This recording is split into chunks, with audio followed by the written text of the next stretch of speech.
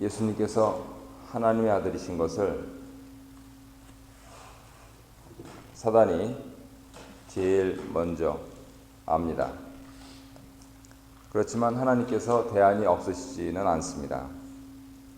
그 점에 대해서 성령님께서 예수님을 잘 인도해 가시죠. 1절을 보시면은 성령의 충만함을 입어서 성령에게 이끌리시며, 성령 충만한 것과 성령님 인도를 받는 것은 같은 것입니다.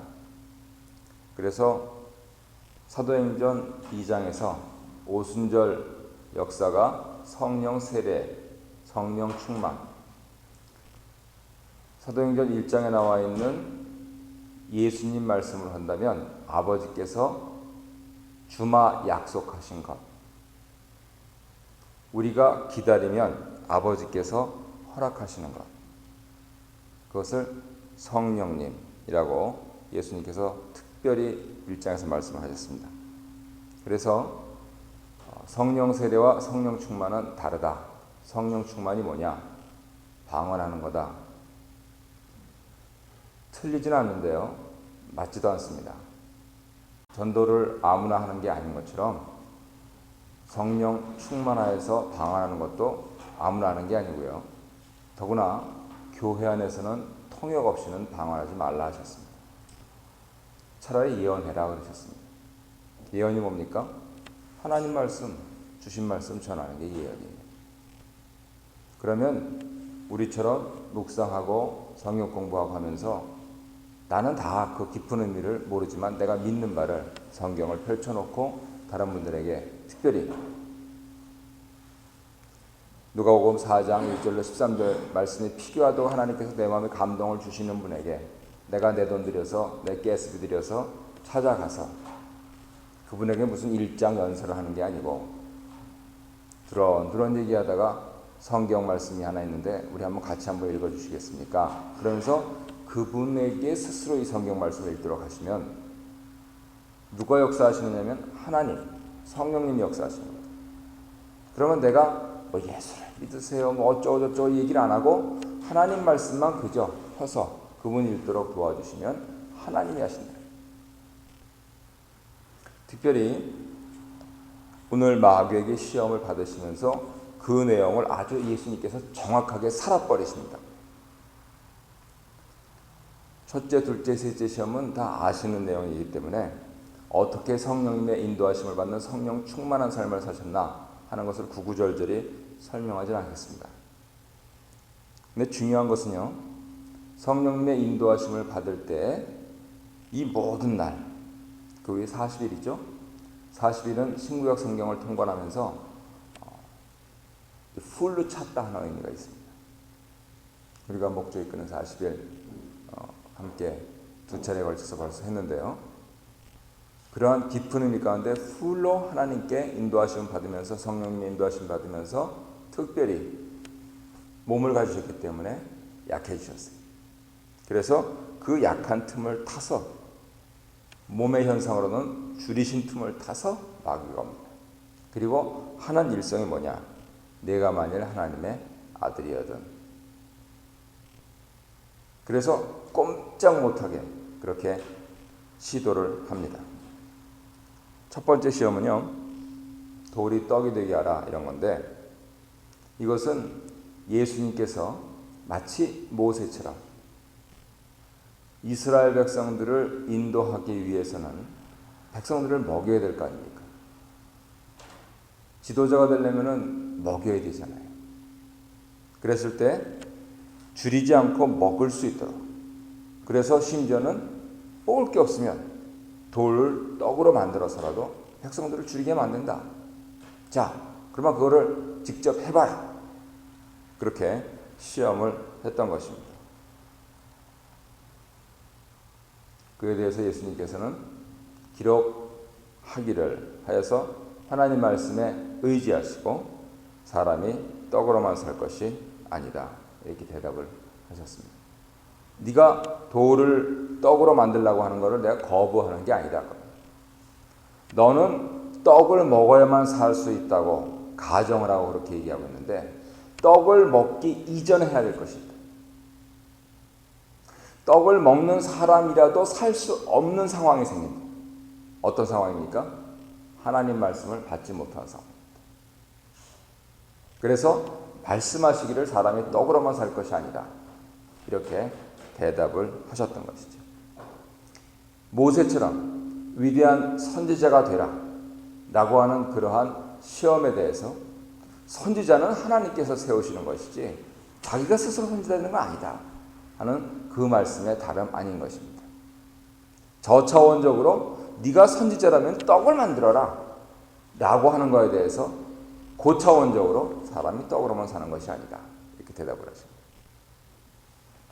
두 번째 시험은 첫 번째 시험이 마치 지도자로서 선지자로서 그 역할에 대해서 챌린지를 한 것처럼 왕으로서 온 천하 만국을 보이면서 특별히 거짓말을 하지요. 이건 내 거다. 내 게 어디 있어요? 하나님 거죠. 마귀가 하는 짓이 이런 겁니다. 내 재산, 내 가족, 내 자녀 다 내 거다. 내 게 어디 있어요? 죽으면 다 두고 갈 거다. 그렇지 않습니까? 그래서 누누이 교회에서 항상 강조하는 것이 청지기의식을 가져야 된다. 마치 내 것처럼 청지기에게 맡기운 바가 되는데 주인에게 충성된 청지기는 그것을 누릴 것이지만은 주인에게 불충한 청지기는 있는 것까지 빼앗긴다고. 마귀는 이렇게 거짓말을 하는 거예요. 그렇지만 그건 뭐 거짓말이고 사실고 워낙 거짓말이 앞잡이니까 거짓말이 앞이니까 그렇다 치고 나한테 절해라. 그러면 이 왕권을 너에게 주겠다. 너 사실 왕 되려고 세상에 온 거 아니냐. 특히 그 다윗 왕조를 세우려고 온 거 아니냐. 그렇게 말을 하고 있는 것입니다. 거기에 대해서 예수님께서 기록하기를 주 너희 하나님께 경배하고 다만 그를 섬기라. 왕이 되는 거 좋은데 어떻게 왕이 되느냐? 참 왕이신 하나님께 예배해야만 왕이 될 수 있는 것 아니냐? 라고 그렇게 대답을 하신 것이죠. 특별히 마귀가 자기의 주장대로 이거 다 내 거단 말이죠. 그러니까 내가 너한테 주겠다 하는 이러한 말 속에서 아마 여기서 착안을 하셨는지 어떤지 모르겠어요. 근데 불현듯 떠오르는 것이 괴테라고 하는 독일의 작가가 쓴 파우스트라는 아마 학창시절에 좀 읽어보셨을지 모르겠는데 유명한 인물이 되기 위해서 마귀에게 자기 영혼을 팝니다. 그래서 유명한 인물이 됩니다. 근데 그 정점에서 마귀가 영혼을 가지러 옵니다. 어쩌면은요, 세상에 있는 많은 사람들, 아니 대부분의 사람들, 특별히 우리가 유명하다고 알고 있는 사람들은 그러한 비유에 속할지 모르겠습니다. 예수님께서는 왕으로서, 왕의 아들로서 이 세상에 강림하셨지만 당연히 가만히 있어도 왕이 되는 그러한 형편과 처지임에도 불구하고 네가 왕이 되라 라고 하는 그러한 마귀의 시험에 단호히 거절하시면서 다만 하나님께 예배해야 된다. 하나님께 경배해야 된다. 왜냐하면 그분에게만 참된 왕권이 있고 왕이 되기 위해서는 그분에게만 의지해야 하기 때문이다 하는 점을 분명히 하셨습니다. 주 너희 하나님께 경배하고 다만 그를 섬기지 않은 채 왕이 되는 사람들의 특징이 무엇이냐? 바꿔 말해서 거짓의 압이 마귀에게 붙어서 왕이 되는 사람들이 특징이 무엇이냐? 바로 폭력입니다. 억압이에요. 뭐 세상의 왕만 왕이 아니고 가정의 왕도 있죠. 구역의 왕도 있죠. 교회의 왕도 있습니다. 그랬을 때 하나님께 경배하고 사느냐, 마귀에게 절하고 사느냐, 그 기준이 되는 건 무엇이냐? 억압과 폭력입니다. 강제하려는 것. 그래서 오늘날 세상 사람들도 이 부분들에 대해서 워낙 이 사람들이 비즈니스를 잘하기 때문에 섬기는 리더십이다, 이렇게 해가지고 아주 포장을 잘 해가지고 그렇게 장사를 합니다. 많은 교회에서도 그런 부분들에 동의를 하면서 맞다, servant leadership, 이거는 성경이 말씀하고 있는 거니까 적극적으로 지지한다 하는 의사를 표명을 하는데, 성경에 따르면은 그 두 말은 붙을 수가 없는 말이에요. 오늘 두 번째 시험에서 예수님께서는 네가 왕이 되라, 리더가 되라 라고 하시는 말씀에 대해서 종의 자세로 하나님께만 경배하겠다 하는 입장을 분명히 나타내시고 있는 겁니다. 자, 이처럼 첫째 시험에서는 줄인 백성들을 먹이라 라고 하는 선지자의 일, 두 번째 시험에서는 왕에 대한 그러한 시험을 이기신 예수님께 마지막 시험이 임합니다. 그것은 바로 자기 스스로 희생제물이 되라 라고 하는 내용이었습니다. 네 발로 뛰어내려라. 그러면 하나님께서 받으실 것 아니냐.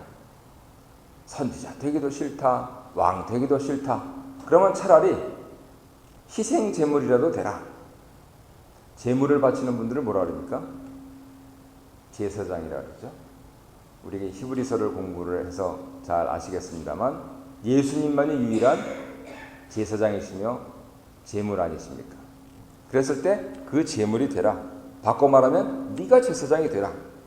하나님께서 안 들어주실 수 없는 그러한 상황으로 너 자신을 몰고 가라 하는 그러한 요구를 합니다.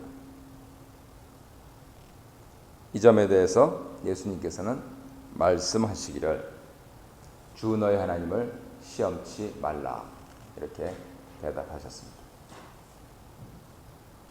예수님께서도 잘 가르치셨듯이 금식과 기도와 구제가 하나님 받으시는 그러한 참 아름다운 헌신이고요,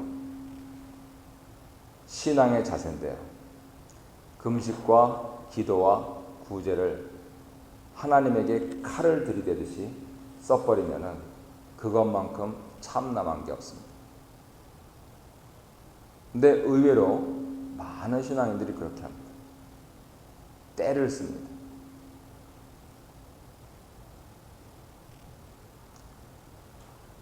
한 2살까지 때 쓰는 거는 봐줄 수가 있는데, 애들이 유치원 들어갔는데도 때를 쓴다 그러면은 버르장머리를 드려야 되잖아요.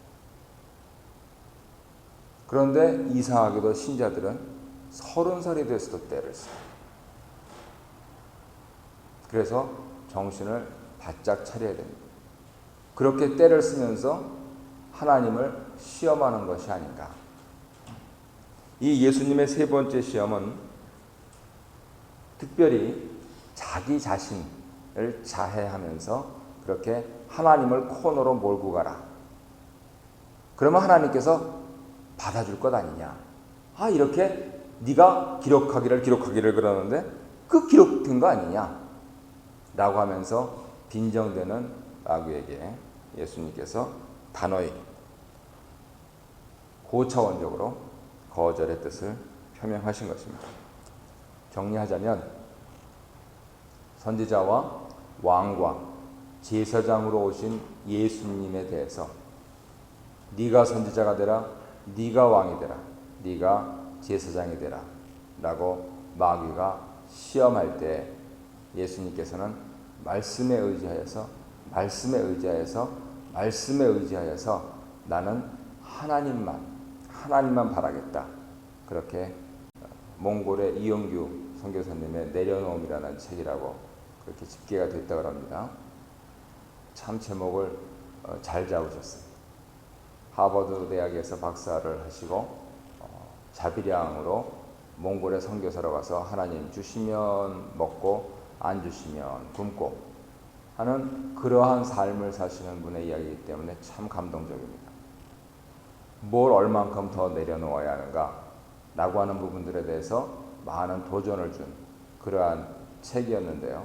어쩌면은 비유하자면은 예수님께서 오늘 마귀에게 시험을 받으실 때 기본적인 태도가 바로 하나님 앞에서 그렇게 내려놓는 태도라고 정리해서 말씀드릴 수 있겠습니다. 할 수 있습니다. 그렇지만 내려놓습니다. 왜냐하면 할 때 하더라도 하나님께서 하라고 하실 때 하기 위해서입니다. 그것이 하나님을 경배하고 하나님을 시험하지 않는 그러한 자들의 자세가 되겠습니다. 그래서 예수님께서는요, 이러한 삶을 사셨을 때 결국 무엇이었습니까? 오늘 13절에서 참 기가 막힌 표현을 합니다. 마귀가 모든 시험을 다한 후에 얼마 동안 떠나니라. 왜 그렇습니까? 다시 진군할 채비를 챙기기 위해서. 그래서 어떻게 진군해 옵니까? 왕으로, 총독으로, 제사장으로 중무장을 한 채 예수님께 아다리 이렇게 합니다. 그 결과는 무엇이었습니까? 십자가를 지시는 거였습니다. 그거 봐. 그러니까 내가 말하기 전에 아니 말했을 때 좀 들었으면 좋았잖아. 선지자 되라 그럴 때 선지자 되고 왕 되라 할 때 왕 되고 제사장 되라 할 때 제사장 되면 이런 일 없잖아 하면서 예수님을 십자가에 못 박았을 때 마귀는 껄껄껄 웃었는지 모르지만 예수님은 아버지께조차도 버림을 받고 세상을 구원하신 후에 음부에까지 내려가셔서 중한 고통을 당하신 후에 어떻게 되었습니까? 하나님의 능력으로 부활하셨어요. 예수님에게 조금이라도 힘이 남아있다, 자기 스스로 할 수 있는 무엇인가가 남아있다면요, 하나님께서는 부활시키시지 않습니다. 그것까지도 버리라. 하나님 앞에 사는 삶이 무엇인가 하는 점들을 극명하게 보여주시는 지상에서의 사역의 삶이 바로 그러한 내려놓음과 힘을 빼는 거기 때문에요. 예수님께서는 완전히 하나님 앞에서 순종을 하신 것입니다. 그랬을 때 내 아들 이 사람이 옳다 하시면서 그를 성결의 영으로 부활시키십니다. 제자들이 이거를 이해를 못하는 거죠. 아니 기회가 왔을 때 기회는 잡아야죠. 찬스는 무엇인데, 그러면서 계속 예수님을 닥달을 하는데 예수님께서는 아니요 그게 아니요 하면서 결국은 십자가에서 해를 받기까지 하셨습니다. 나중에 예수님께로부터 부활하신 주님께 말씀을 친히 들으면서 우리가 알고 있고 우리가 추구하던 그러한 것이 아니었구나. 결국은 다 뭐 하나님의 일이라고 이스라엘 나라의 일이라고 했던 그것들이 결국은 나의 욕망, 나의 욕심이었구나. 예수님은 하실 수가 있었지만은 안 하신 거구나. 왜냐하면 하나님께서 하시도록 하신 거구나. 왜냐하면 그래야만 완전해지니까 라고 하면서 이해를 했던 것이죠. 바로 이 부활신앙. 이것이 기독교의 교회를 세워나가는 원동력입니다. 오늘날의 교회에서 왜 싸움이 일어납니까? 오늘날의 교회가 왜 불편합니까? 세상에 왜 문제없는 교회는 없습니까? 부활신앙이 없어서 그렇습니다. 부활신앙이 없는 교회는 위험합니다. 부활을 못할 거예요. 부활을 믿지를 않는데 어떻게 부활하겠어요?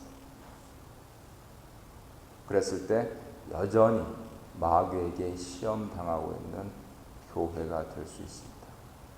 그래서 우선 나 자신부터 이러한 시험이 올 때 내려놓는 연습을 하고요.